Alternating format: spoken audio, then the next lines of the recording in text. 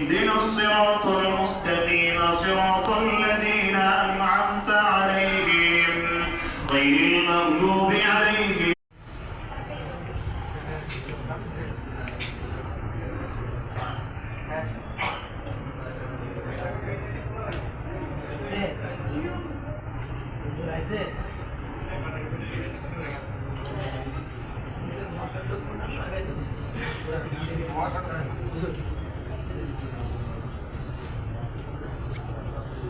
আমরা এখন বের হয়ে চলে যাচ্ছি কবরস্থান থেকে।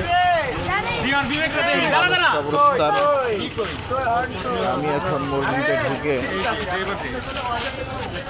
2-4 রাকাত নামাজ আদায় করব, তারপরে বাসায় চলে যাব।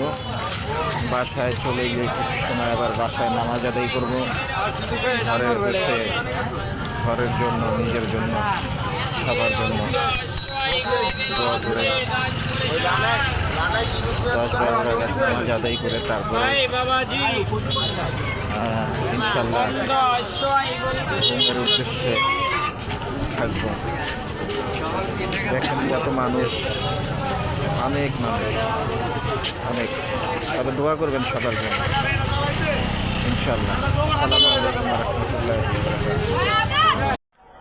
এটাই হলো বাড্ডা কবরস্থান, ঢাকা বাড্ডা কবরস্থান, যেখানে আমার আব্বা আম্মারে চিরদিনের জন্য শোয়া রাখছি, বা আমাদেরও চিরজীবনের জন্য এই জায়গায় আসতে হবে।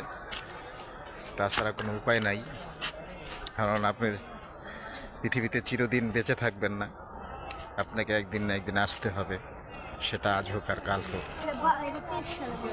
ভিডিওটা বেশি বড় করবো না, এখানে ভিডিও করার নিষেধ, সেই জন্য। আর সবাই দোয়া করবেন। আজকে পবিত্র শবরাত, শবরাতে দোয়া কবুল হয়।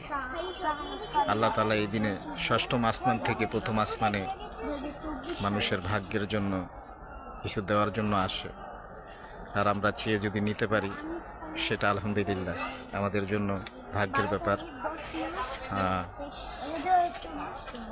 আজকের এই দিনটা আমরা আবার